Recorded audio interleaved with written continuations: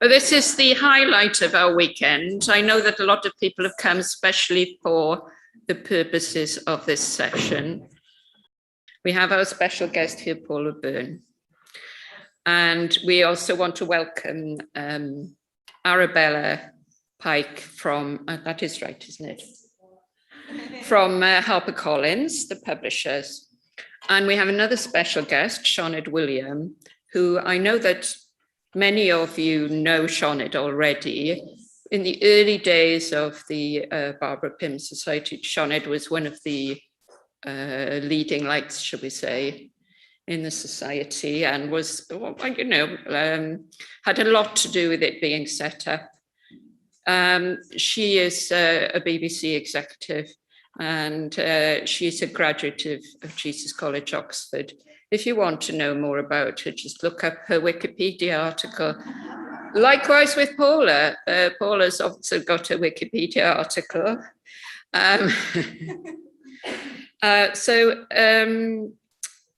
Paula and Sioned are going to be in conversation for half an hour, 40 minutes. And then subsequently, Paula will be out there signing copies of her book, which are available at a price of £20, which is well below the retail price.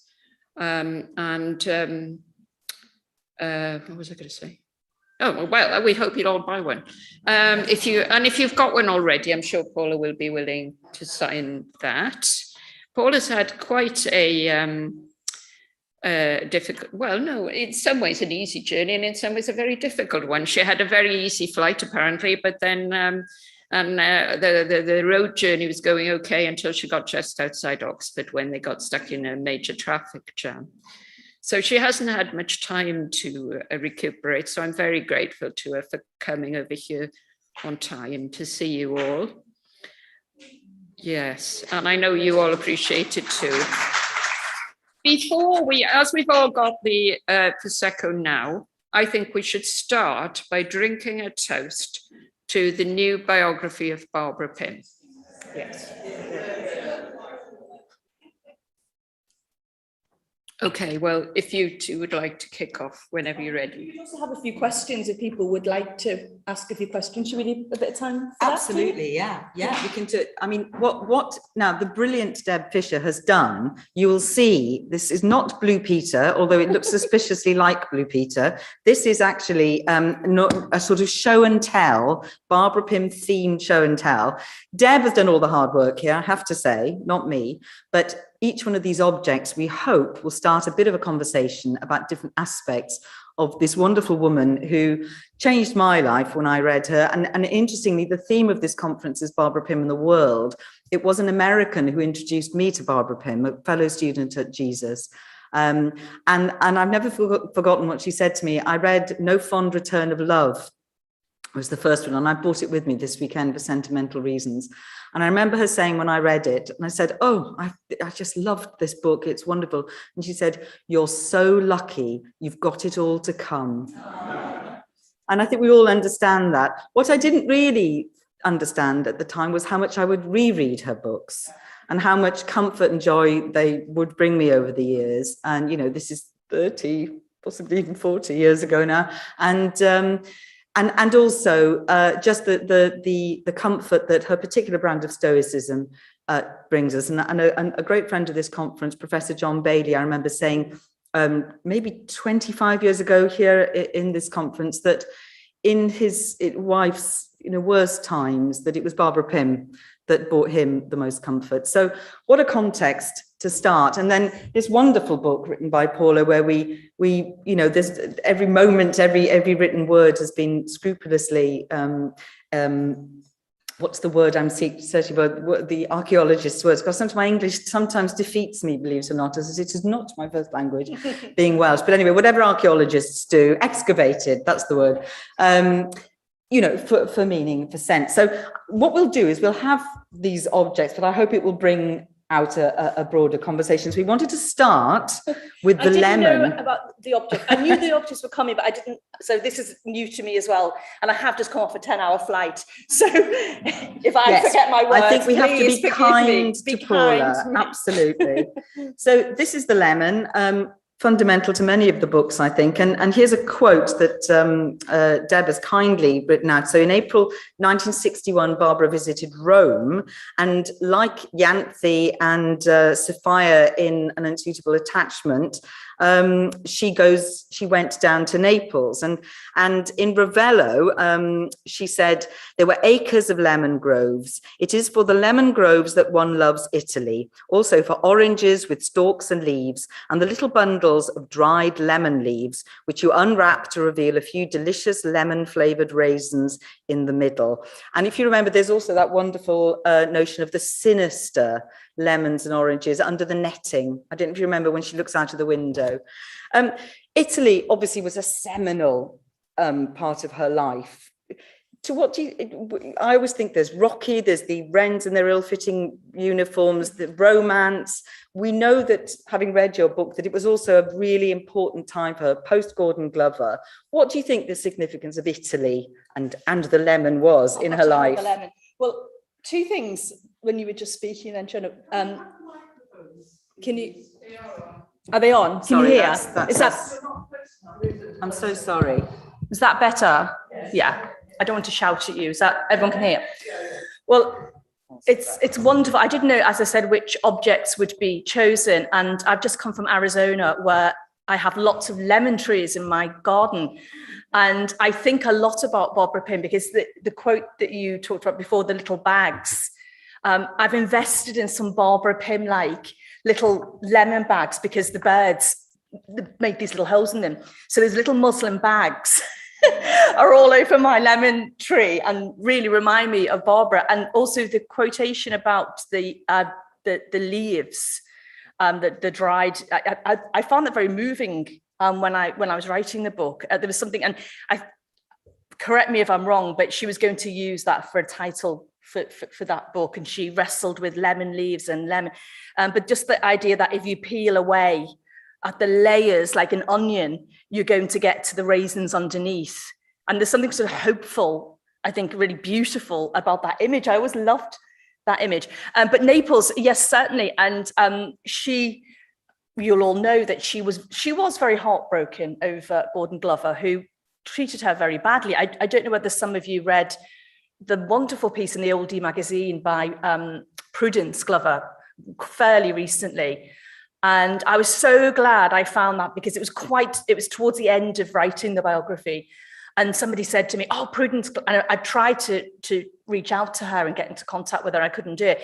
And then somebody said, oh, she's written this wonderful, Prudence Glover's written this beautiful tribute to Barbara. And it was just so gorgeous and so moving. And I learned things that I didn't know, such as she went to stay in London with Barbara, but just also how funny she was. And it was just a lovely pen portrait. And her not knowing that her father had broken Barbara's heart. And in some sense, for me, I'm sure you'll disagree, but it almost felt a bit like Last Chance Saloon for me with Gordon Glover. I felt that he was the last one, apart from Skipper maybe, but then she always knew Skipper was, off limits. But Gordon Glover, I really do think she believed that he would come through for her. And it was such a tragic part. And, she was so happy, and she made that dress for Christmas, and you could just feel the pain, and you just think, oh, it's all going to go horribly wrong. And then it does go horribly wrong.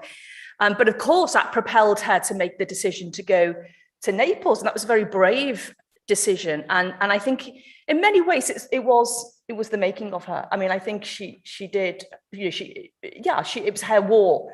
She'd had a good war. And I think, that was really, it was very formative for her.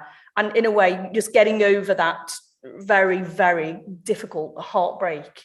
So I think Naples was, and I love the stories of the flags and the going to the villa. And I did lots of research because I wanted to find out the big villa up on the hill. And And I was just thinking, how would that have been? Because the war was so drab, it was such a spam and, awful things. And then suddenly, you sort of get this burst of colour in Naples, and Barbara's there and she's looking at the lemons and the muslin bags on the trees. And then suddenly you just get this sort of pop of colour. And so I love writing about the Naples, but I think it was formative for her. I once had the pleasure of working with Julian Glover, Prudence's brother, and we were doing an adaptation of Jane and Prudence that has Fabian Driver, isn't it? That's right, yes. And Fabian Driver is loosely based, of course, on Gordon Glover.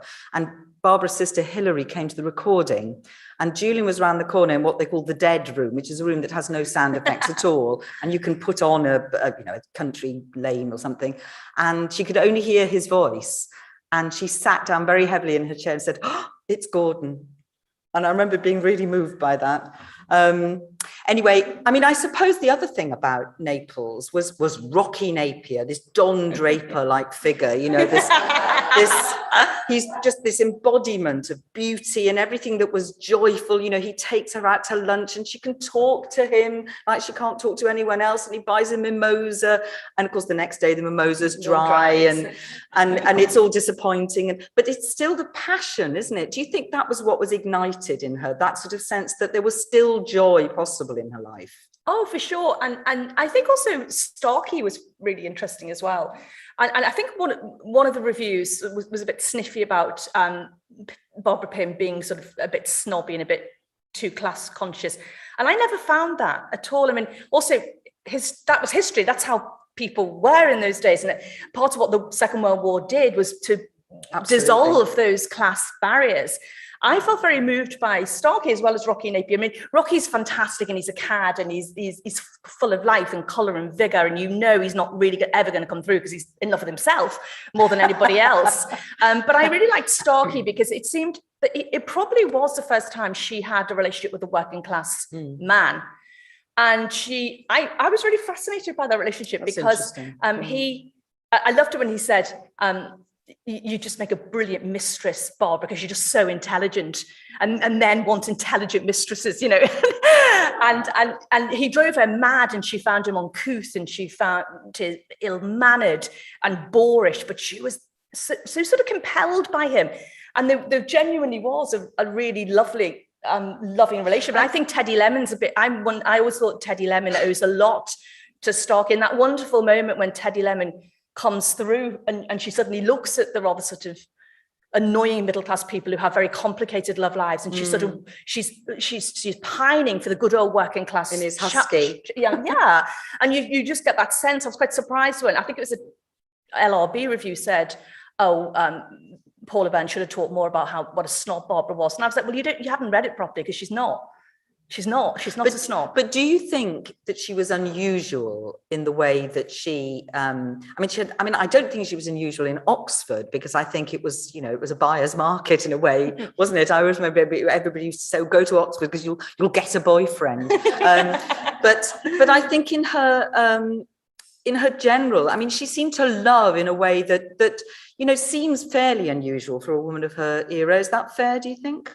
That she had such a broad range of love affairs, and yet they were never quite enough. The writer in her was always going to keep them at a distance, perhaps. Oh, I think so. And I think there was a sense that she did like being in love. She loved being in love with love. And she did have a fantastic time up at Oxford, and these gorgeous men. I mean, aren't these men all gorgeous? I mean, I had a research assistant, because when I moved to America, I needed her to do some photographing of the archive. And Felicity, her name is Felicity and Miss Pym. And Felicity kept saying, God, and she's a young 21-year-old girl. And she said, these men that Barbara pulled, God, are gorgeous. Did she ever go out with an ugly man? Because they were all so good looking. And it was, she was a girl up in Oxford in the early 30s when there weren't many women. And, if men wanted a woman, they would go on the fornicator train, wouldn't they, to London, and, come back on the fornicator, the last train. And so she had a fantastic time in Oxford, and she was very sexually liberated. And I think... And do you think that was unusual? I do think it was unusual. I really do. And I think it's one of the things I really liked about her. I thought... I know somebody else made the comparison with Sylvia Plath, but you remember the biting on the cheek that I think previously thought it was mosquitoes. And I had a feeling she'd bitten him on the cheek. And then when I found that letter when Barbara said, I bit so-and-so, but not as hard as I bit Henry. And then you don't really expect Barbara Pym on her first date with this very good-looking, sophisticated man to bite him on the cheek. That's what you think Sylvia Plath would do. And she did with Ted Hughes. And it made me see Barbara in a very different light. I thought because she was deeply passionate and she liked men. And I think she was unashamed. And I think it was unusual. And I think Henry was very cruel when he would taunt her and say, your reputation's so awful. And then she'd be reduced to tears. But a big part of that, I thought, didn't care. I think she was having a fantastic time and she was ahead of her time. And I wanted to really celebrate that. Especially because some people have an idea, prim Pym. And I really wanted to debunk that because she wasn't prim at all.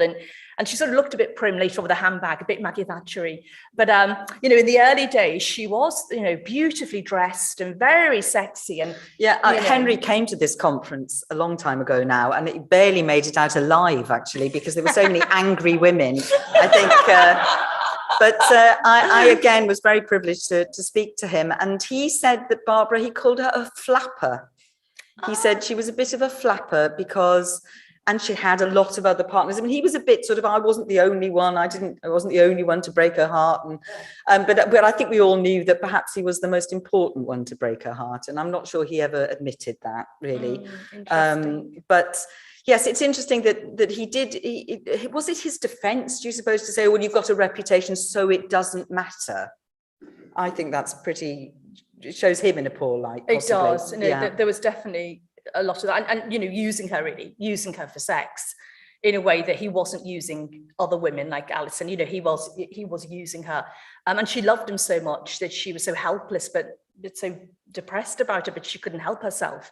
But she was deeply romantic, and I love, I thought if I ever think of any image that I love best about Barbara, it is putting on her lipstick in the Chaucer mirror, which absolutely cracked me up when I read that. I thought it was so funny, putting a lippy on and then wearing her Tyrolean hat and sort of, with a big grin. And I thought it must have been just marvelous to have seen her. She must have been such a force of energy and life and charisma. And I loved that. And I wanted to bring that out. I didn't want it to be too prim. I wanted to really bring out what she was really like and how, for her time, very liberated. And I don't think she felt particularly ashamed of, Henry made her feel ashamed. Yes. Yeah, I think he was the one who talked about shame. I don't think she did. And why should she feel ashamed? I think there's something incredibly depressing about the notion that perhaps she was used because she didn't have the ammunition in those days to defend herself against those sorts of accusations. But goodness, one lemon, and we've already talked about so much. Now I'm going to move on. Oh, goodness, sorry. I'm going to move on to the string bag. A very nice version, Deb, thank you. So, brilliant. Mildred, the heroine of Excellent Women, is carrying a string bag when Everard Bone asks her out for a drink. Is this significant? I don't know. She says, I followed a step behind him, my string bag with its loaf of bread and biography of Cardinal Newman dangling at my side. I seem to recall one of the characters in, I think it's Jane and Prudence, one of the two women, who constantly put their cardigans, take them on and take them off in the office. I think one of them has a string bag with a biography of another church figure. Anyway, it's a regular thing. On the way to the pub, they see a church organist also carrying a string bag. I wonder if she too had a biography of Cardinal Newman. I could see that she had a loaf and a large book that might well have been a biography. So Cardinal Newman, there was always this frisson, wasn't there, with Rome. When they go to Rome, she sees all the priests on the plane. Mark Angel is slightly tempted by Rome. There's a lot of characters, aren't there, who there's a worry about whether Rome is really the real religion and they're just playing at it. What do you think her feelings were about Anglo-Catholicism? Well, just before I do that, I just want to just say a bit more about the string bag, because I am so pleased. Where did you get this from? It's absolutely fantastic. But I did a talk for the Zion Society of Vicars quite recently, and I wanted to talk more about religion because, as you'll know, with the biography, I worked mainly from the archive. And so, and Barbara didn't really talk about her religion very much in her archive. And I think that's partly because she felt it very deeply. And I think she came from that generation where your religion was very private to you. You didn't really talk about it, because I was quite surprised when I was going through the archive. I thought there's not much really about what her faith meant to her. And I mean, she'll talk about being annoyed at the PCC, and, you know, she'll say in a letter, like, goodness, I've left that church and I'm not going there again, you know, because there was so much squabbling. And, you know, she would be irritated by the church. And then, of course, the great friends who had gone over, and that was that fear, wasn't it, in the post-war, going over, yeah. You know. Yeah. But the string bag, just before I'll say a bit more about that, but I love this. I'm so glad you've got it, because when I was doing the war bit, which I loved writing the war sequence, not least because the Birkenhead evacuees was very close to my home, because my aunt and uncle were Birkenhead evacuees, and they went to Shropshire. They were evacuated to Shropshire. Wow. So it really meant a lot to me. I'm from Birkenhead. And all the places that Barbara went to, I went to for my holidays. It was very strange. I always went to Pwllheli. We went to Abersoch, all those wonderful, well, you'll know, the wonderful Welsh places. And when I loved writing about the war years, but at one point she writes about when she's working in the war effort, and the sirens go off, and she grabs her string bag and she puts in it a copy of Pride and Prejudice and a chocolate bar. And I love it. And then I love the string bag, because it to me it's so metaphorical, because it you know, you can see what someone's reading.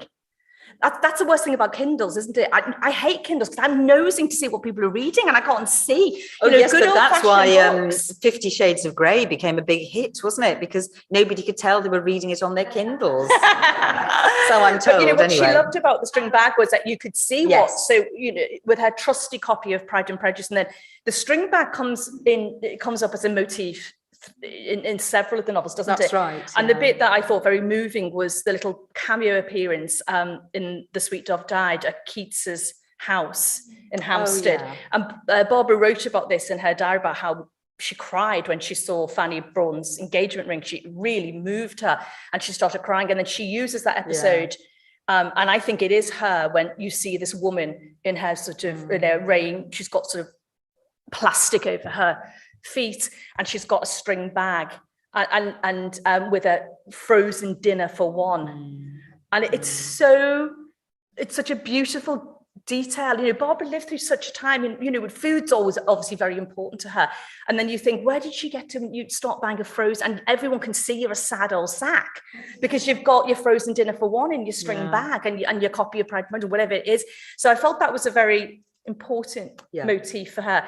But the religion thing, you know, it's a couple of people said they didn't think I'd written enough about her religion. And as I say, I worked from the archive, and the book, sorry, Arabella, was twice as long as what I'd commissioned it for.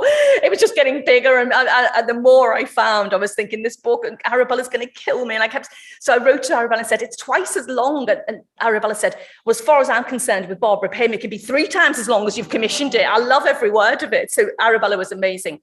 But I felt it was very private to her. And I think there were moments when she did possibly think of going over, and I love the motif of incense. And the other relationship I thought was very, very important to Barbara was Robert Liddell. Do you say Liddell or Liddell? Do we say Liddell? I've always said Liddell. Do you say Liddell? But I wouldn't know. Liddell. I was really moved by that relationship that began in Oxford, when she was a limpet and a bit of a nuisance, frankly. And they didn't realise there was this genius in their midst. They just thought there was this annoying girl who followed them everywhere and, you know, chased them around the streets of Oxford. And little did they know, there she was creating, I think, one of the most perfect comic novels at the age of 21, Some Tame Gazelle. But the relationship with Robert Liddell became much, and he was an ardent Roman Catholic. So in the letters, they talked a lot about, you know, going over, and they shared a lot about, he loved the ritual. I'm Roman Catholic, so do I. You know, the more incense, the better for me. Like, just the stronger, the better. You know, I love all the bells and smells. And part of it was, I could think, quite tempted by the theatre of that, if that makes sense, the sort of theatricality of it. And so she was, there were moments, and she would joke to Robert Liddell about that and say, well, maybe I'll come over. But she wouldn't, you know, you sort of knew she probably would never really do that. And I've also been very fascinated by A Few Green Leaves, when at the end, when the doctor takes the position of the parish priest as well. I think there's something very interesting going on about the doctor's surgery always being full, but now the churches are empty, because when she was a girl, you know, you would have your vicar, and he was such a central part of the community. And it's a really interesting social shift when she says now everybody wants to go to see their doctor because they want to be healed. Whereas once they go to the priest for mental healing or spiritual healing, they now go to a doctor, the doctor's surgery. I was very moved by that the vicarage doesn't even belong. The vicar doesn't live in the vicarage because it's all been sold off by the Church of England. He's got some crummy, you know, council look house, and we've come a very long way from some Tame Gazelle, haven't we? When we think about the betrayal of the clergy, I think the betrayal of the clergy is fascinating, and I think she does owe a lot to Jane Austen in that sense. And of course, she owes a lot to Jane Austen in many ways.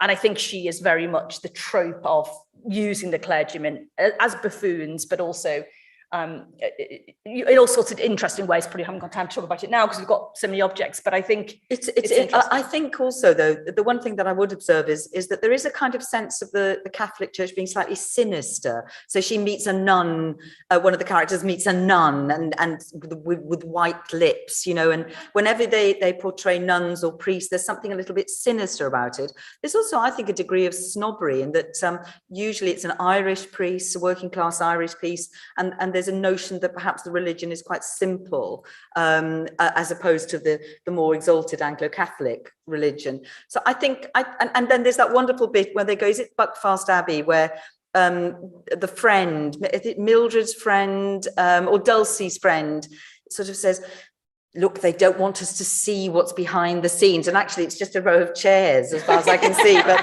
there's the expectation that it will be threatening and sinister there, which I don't know. I think that was throughout her books. I got that sense, really. So I think you're probably right. I probably think that is a class consciousness thing too, that you know, if you think of the Oxford educated archetypes, such as in some Tame Gazelle as Hockleaf, you know, he is a type, isn't he? You know, loves the sound of his own voice, pompous but intelligent, and quoting from, you know, the great poets and the minor poets. You know, that's a very different beast to the Did you get class, the little bottles on the plane? The little bottles, you know, on the plane. The priest saying, "Did you get the little bottle?" Little whiskey, that's really interesting, but just also such a profound part of her life. It was part of her stoicism. It was, you know, she was a very happy person in many ways, even in the wilderness years. You know, the domestic round was one of the things that kept her sane, but religion was the other, I think. And I live in Queen's Park, where she lived for quite a long time, and St. Lawrence Church there, I know, is a fundamental part of her life. So. Well, those moments when Mildred goes into church and has a moment to herself as well are very moving. I love Mildred. I love her so much. See, I came to Barbara so late. I probably don't know her as well as you all know. I'm very conscious of that, but I came so late, and Stephen Pickles, who's here and was the dedicatee of the book, is a great Pym fan, and introduced me to Pym. And we would walk over on Shotover Hill, where Barbara picked, as I say, flowers the colour of Geoffrey's blue eyes. Aww. And we walked all around Oxford, and Pickles is just so brilliant, and I'd just be sitting there thinking, oh, am I ever going to be able to write this book, and is it going to be any good, because Pickles is so brilliant. And we just talked. Oh, thank you, Pickles. But those moments, Mildred, as I came to her very late, so it was to me like, you know, people say like finding 13 new Jane Austen. There was something of that joy of thinking you read one and you go, there's another 12, or, you know, and there's one in manuscript. It was just, it's a cornucopia of utter delight for me. But Mildred, I think, is very moving. And I do like those moments when she sits in church and she just takes those time, she reflects. And you can really imagine Barbara doing that, you know. I think, just as a side note there, I found that the heroines I love change as I get older as well. I don't know if everybody else feels like that. And unfortunately, getting towards Leonora now, which is a bit worrying. But I think that's great, though, the notion that Mildred's and you know, the religious side of Barbara was able to express itself in Mildred's character. Now, let us move on. This is Ovaltine, not, I'm afraid, in the way that Barbara, which you'd never have had a sachet. She'd have had a rather lovely tin, I suspect. But Ovaltine, I think there's a character who says there are too many, you can have too many milky drinks. I can't remember which character that is, but there's a sense of slight exhaustion, yet another milky drink, and confidence is exchanged late at night over a milky drink when you just want to go to bed.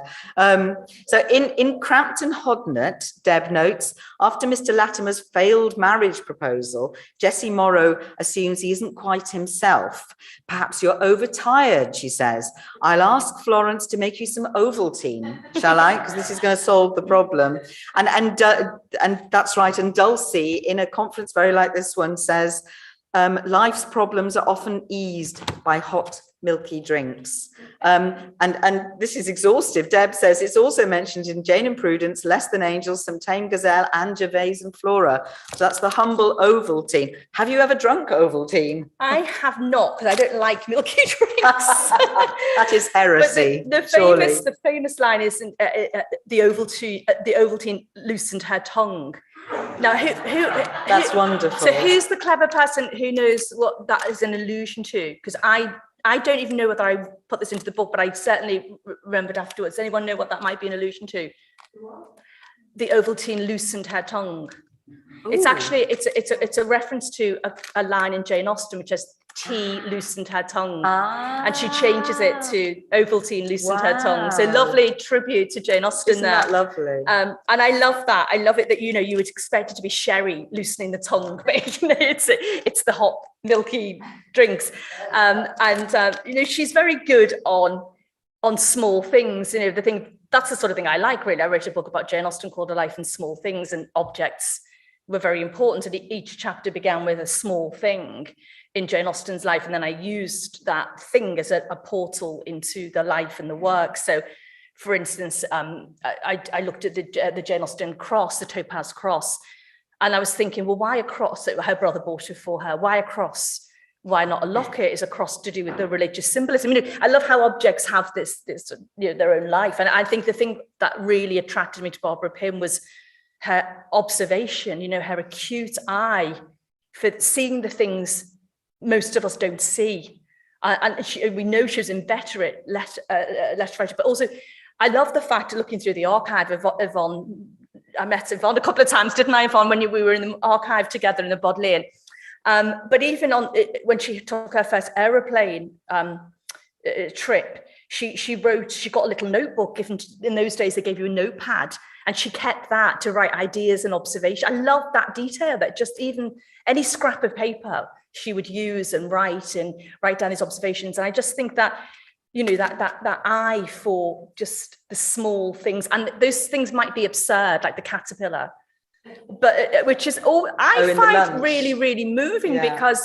because with Miss Pryor and with the caterpillar, but then when she's nice to Belinda's eyes just fill with tears, because she has this moment of saying, "Oh, the world's all right again." And you know, when you feel you've offended somebody and everything seems awful, and then all of a sudden they say something nice, and you think the world's just perfect again. I mean, she's such the mistress of those small moments. So that was one of the things that I really love about her novels as well, and how you mentioned about rereading. Like Jane Austen, she demands rereading Barbara Pym. I think you get more the more you read. As soon as I'd finished that mammoth book, I did have a heart attack, by the way, so thanks, Barbara. But anyway, I had a stress-induced heart attack straight afterwards, but I got the book in. And then when I was recuperating, I'm fine, by the way, I started reading Barbara Pym again. And my husband said, "Are you completely mad?" He said, "You've spent the last 2 years poring over Barbara Pym." And I thought that was such a tribute to her that you'd almost think, can't be bothered, you know, I've said everything I need to say. And I found myself going back and still seeing new things. The Sweet Dove Died I think is a genius. I think it's a masterpiece. It's, you know, the Fruitwood Mirror, and I love Leonora.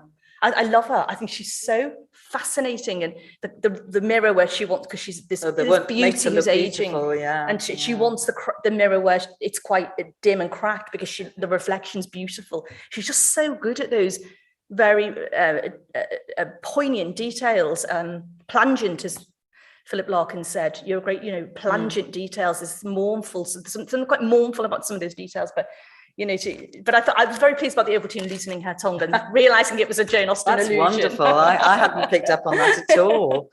I was really struck, in a way, the Ovaltine is the only point at which there is any kind of exploration of female friendship, really, in Pym. It's quite strange, really, how few women friends there are. There are sisters, you know, but the friendship is almost between the writer and the reader. That's where the genuine friendship is, because actually when they are exchanging you know, stories over Ovaltine, it's quite often in a slightly strained relationship, like Viola Dace keeping Dulcie up, and I was really struck by that, really. And do you think because her relationship with her sister was so all-consuming that she kind of didn't really need, I mean, Hazel, of course, was a great friend of hers, but it's interesting that the big friendships in the book are between men and women or between sisters. I think that is really interesting. And I did ponder this quite a lot in the same way that I think, sorry to keep going on about Jane Austen, but there are many similarities in the way that Cassandra was the most important person in Jane Austen's life. And I think when you have a sibling who is your everything, Yeah. in a way I have lots of sisters, I come from a big family, and in a way, you know, my sisters were my friends. I had a lot of male friends, interestingly, but I probably didn't have as many female friends because I had these fantastic sisters who I would trust with my life. And I think there's something in that. And again, I think one of a review said, oh, you know, Paula didn't talk enough about her love for her sister. But again, I was working for the archive and she didn't write about it. And I think it's because she felt it so deeply. You know, again, like Jane Austen didn't have to say Cassandra's everything to me. It just pours out of every pore, you know. You can see the love without laboring the point. So I couldn't get inside that relationship, really, because there was not enough evidence to get really inside it. Yeah. But I think you were absolutely right that when you have, because they had such great jokes, and you know, that the funny thing about, you know, her writing that novel at the age of 21, and then she ends up living in the cottage with her sister, who's her everything. I think she probably didn't make time. But also there's always that friction between women. Women are competitive in Pym, aren't they? They're quite competitive, you know, many times. And also the way Mildred is so used by other women as well. She's so exploited by other women. And I think, again, Barbara Pym's not shy at suggesting how that exploitation, how it occurs. They're not always pleasant, those friendships. I think it's a no, really and there's point. some unpleasant women like Agatha, and also strangers, like, I mean, of course, this happened to her, didn't it? The flowers in the wash basin and tutting at them, and the other woman has won over her by saying, "Oh, but they're for an invalid." Yeah. And that level, that kind of waspish dialogue is quite a common thread, isn't it? That women can be quite cruel to each other in social situations, whether it's class snobbery or so she's not at all this kind, sweet Pym all the time. There's some dark themes there, I think. Oh, for sure. Like, there's definitely an underbelly, you know. You do see it over, and you know, I think women being competitive with men, and we see that often, don't we? Two women going for the same man, bringing the cupcakes around or whatever, you know. Yeah, I think you're absolutely right. And I think she, again, a bit like the religion, she didn't really talk about it much in the archive, and that's almost, to me, shows how deep it was. Right. It was, you know, keeping those things private. You know, we're such a showy age now, aren't we? Everybody's emoting all over the place and Facebooking all over the place, tweeting all over the place. You know, we're all what would she have emoting. made of Facebook? And you know, would she have been enthusiastic? I'm in Greece with my sister Hilary.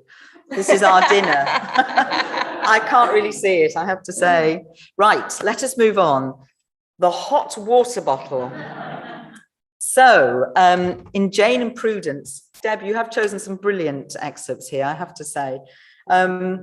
The two women, and of course they were here, weren't they, in St. Hilda's, I think, having this discussion about the nature of Prudence' relationship with Fabian whilst drinking Ovaltine again. As a placatory jester. Oh no, actually, this is when Jane goes to stay with Prudence, isn't it? In the uncomfortable Regency furniture in the flat. And she offers her a hot water bottle. Jane replies, "I don't mind about a bottle, really, though if you have a spare one, it might be a comfort." And in an unsuitable attachment, Sophia goes to visit a sick Ianthe. How do you say, is it Ianthe or Ianthe? Ianthe, I beg your pardon. Yeah. But Rupert Stonebird stood before her, how dare he, holding a hot water bottle in his hand. Sophia feels that it was most disquieting that the man she intended for her sister's husband should be discovered filling the hot water bottle of another woman. Do you use a hot water bottle? Absolutely. And my 3 children, love, they call it a hottie.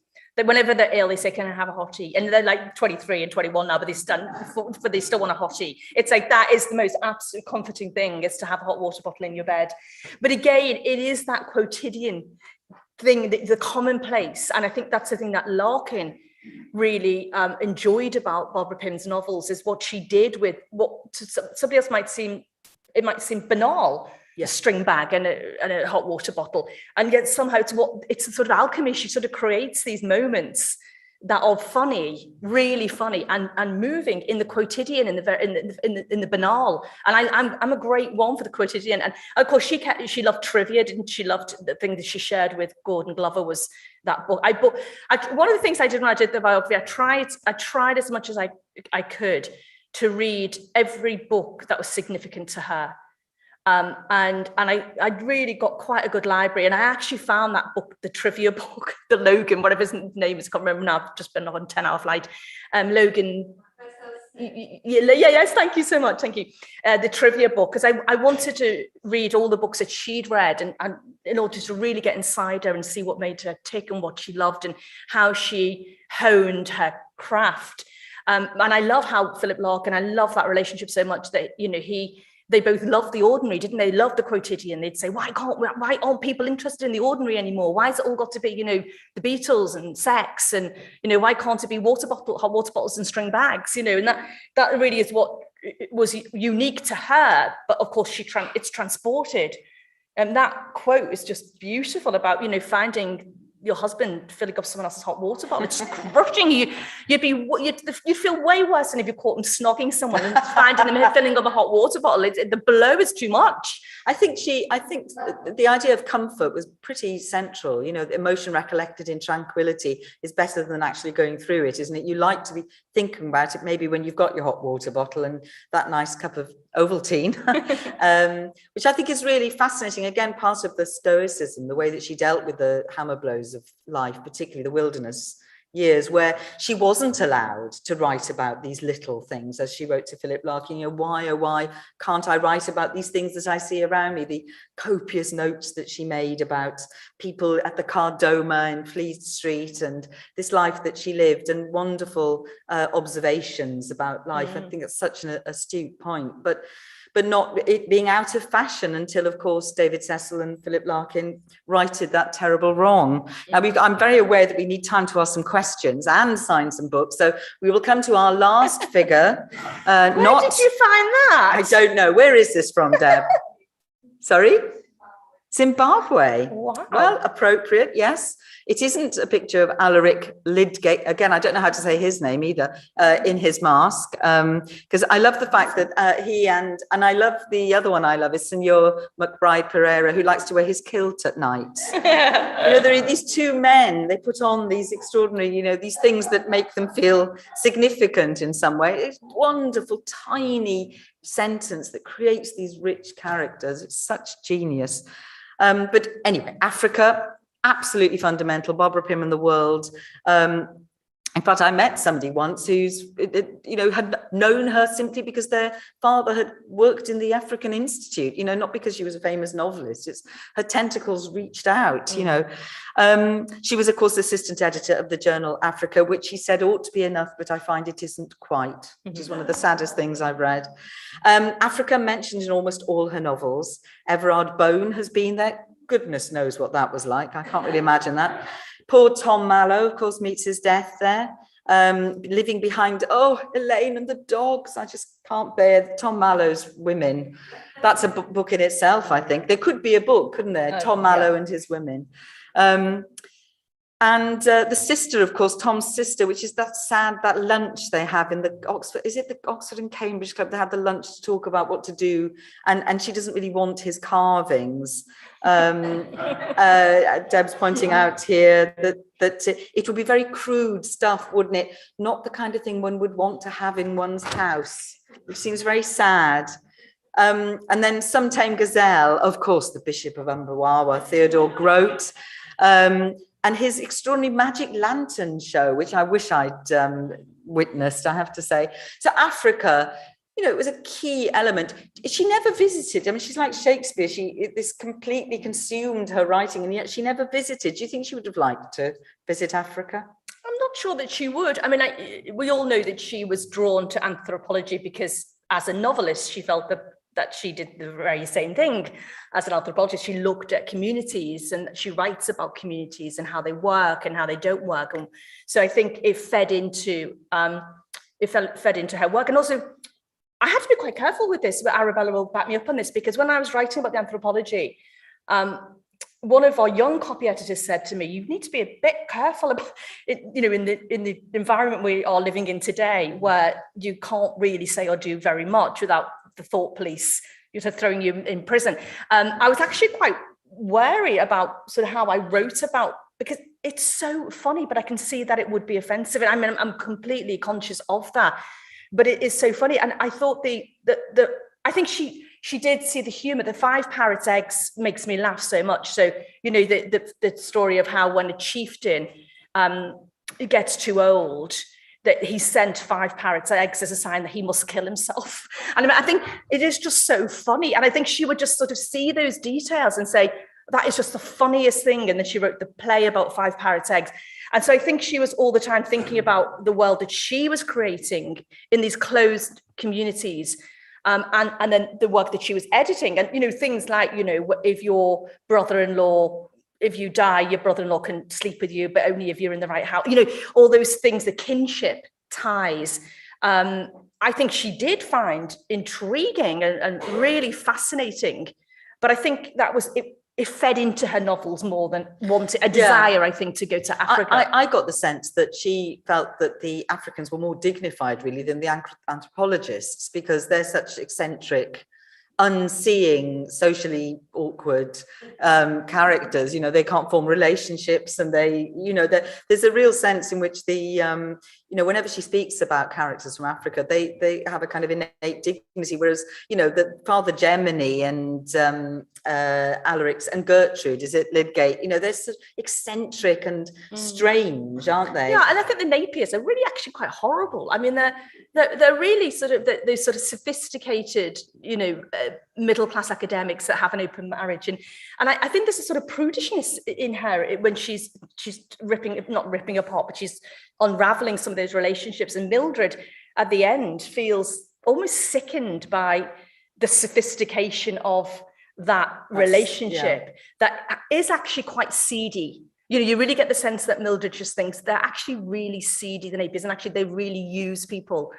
I really felt that came across very strong. And my other Everard Bone discovery was, I don't know whether I put this in the book because I found it just recently. I was reading Jane Austen. Jane Austen says in a joke to her sister, I hope she says something about I hope you marry a man and his surname must be Bone. Good heavens. And I just wondered again, was that another little Jane Austen allusion? Because it's such a of course the name Bone is perfect for that, but also that she says, you know, I hope you marry a man and his surname is Bone. I thought, but she knew her Jane Austen so well, didn't she, Pim? So I'm sure it was.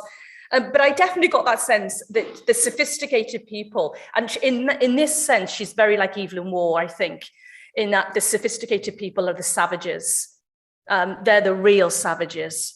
And they think that they've got this veneer of sophistication and cultivation, but scrape the surface and actually they're not terribly nice people. I think she was very interested in that. Yes, they're cold, aren't they? They're all cold. And when they eat meals, you know, it's always a loaf, if you remember. There's quite a lot of vignettes where you see a lighted window and you see their meals. And Esther Clovis always has a loaf of bread and some butter in its packet. And you can tell that she disapproves, really, of their sort of, you know, the work is everything and everything else goes by the wayside. Yeah, they're slobs. Like, they're absolute slobs, the Napiers, aren't they? They're filthy. Mind you, a lot of academics I know very damn filthy.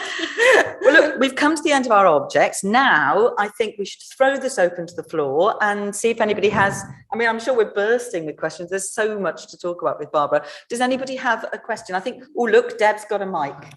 Gentleman in green in the front here. Yes. Mic to the mic. Paula, can you hear me, everybody? Yeah. Paula, you do realise, of course, that we will now want to hear at every single conference.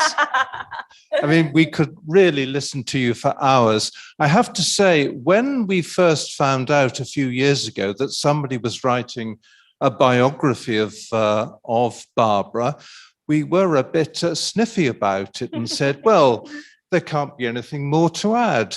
We know everything. But I really think you have done a wonderful job. You found out new things and you've made it such a joy to read. So thank you so very, very much. There are so many things I could ask you about. One of the things which we rather think we ought to brush aside is her brief flirtation with Nazism. I don't think it went very deep because I don't think Paula was very politically conscious and aware of what was going on in the wider world.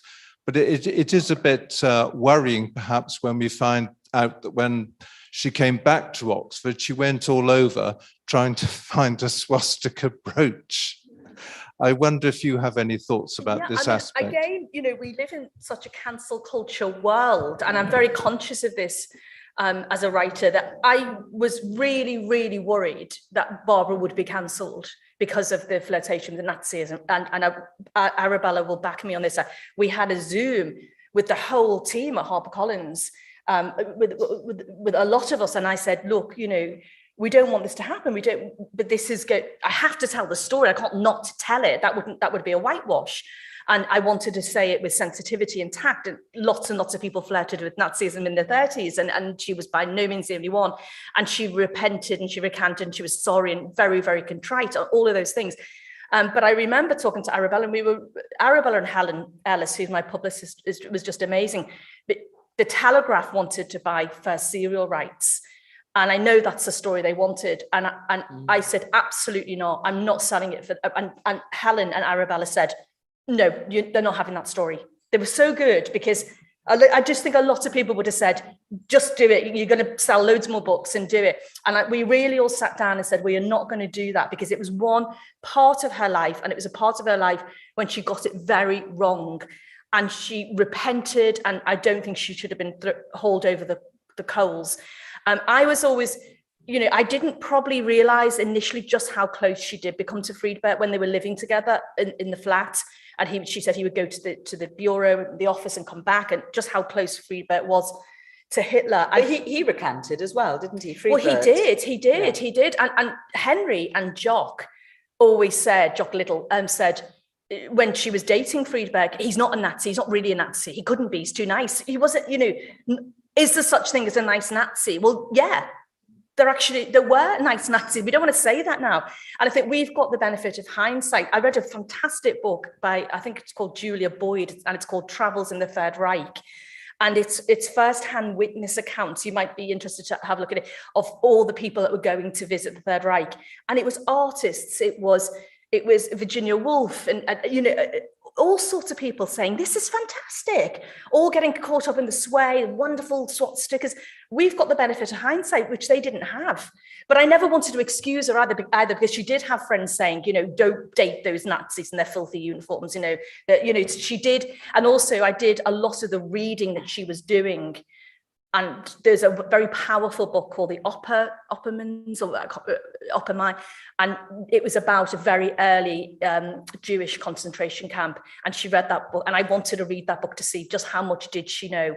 And she did know the dark side, but I didn't want that to be the whole picture. But again, I was worried, and I was so pleased that Arabella and Helen just said, no, this is not going to be the story that overtakes all the good research that you've done and on all the good things that she did in her life. But you can't whitewash it either. That would be wrong not to talk. And it had been talked about before, of course, brilliantly by Yvonne and by other people had talked about the relationships. But I was able to, in the archive, see just how deeply it's attached she was, and how she almost married him. The Freudian slip he just made when he referred to Barbara as Paula. And Sandra's got a question now. So.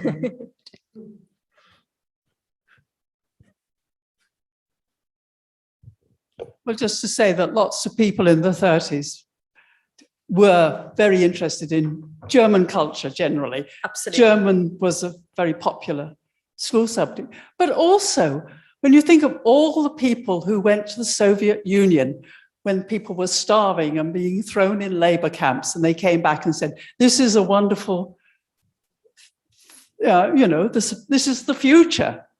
So those two extremes were going on at the same time. Absolutely. And people were blinded by the propaganda in both those countries. Yeah, absolutely. No, I couldn't agree more. I couldn't agree more. No, Ruth, who has got her hand up, is the person who provided the string bag. Oh, brilliant. Thank you. This might be a bit flippant, but which of Pim's men would you go on a date with? And which one would you marry? Oh, That's my the best goodness. question ever. Oh my goodness. Who would I go? Oh my goodness, that's so hard. I think I might actually have a date with Rocky. Because he'd be so fun and he'd probably pay me lots of compliments and I'd probably quite like that. You see, the thing is, you wouldn't want to marry any of her characters, would you?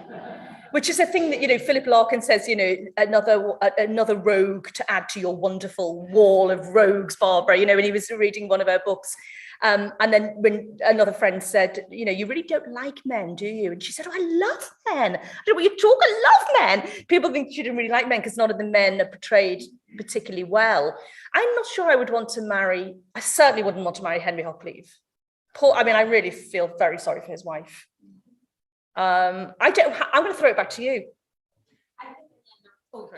I think I'd end up with Everard, but I would probably get sick of cooking those chickens.